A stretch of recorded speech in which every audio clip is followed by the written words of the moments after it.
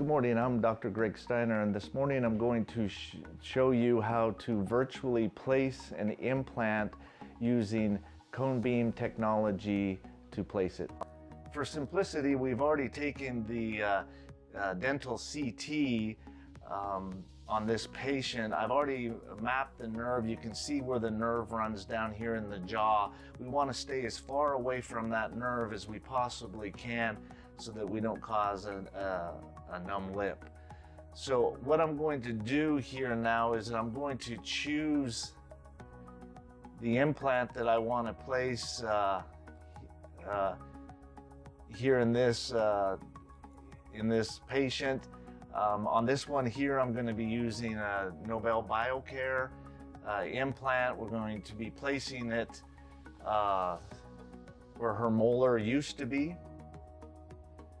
And we're going to pick the right size of implant.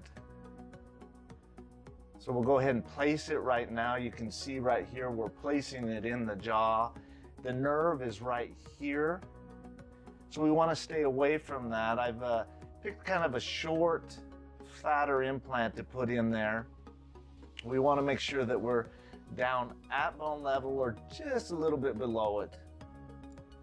We want to stay away from the root on this tooth right here. We want to make sure that we angulate it so that it is just so. I'll lift it up a little bit here just so it's away from that nerve.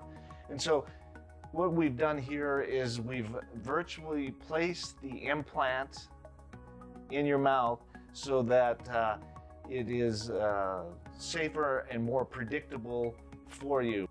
So now what we're going to do, now that we've virtually placed the implant in the jaw, I have the technology in this office to send this information from the CT over to the CEREC system, and I'm going to be able to go in there and I'm going to design a guide so that we can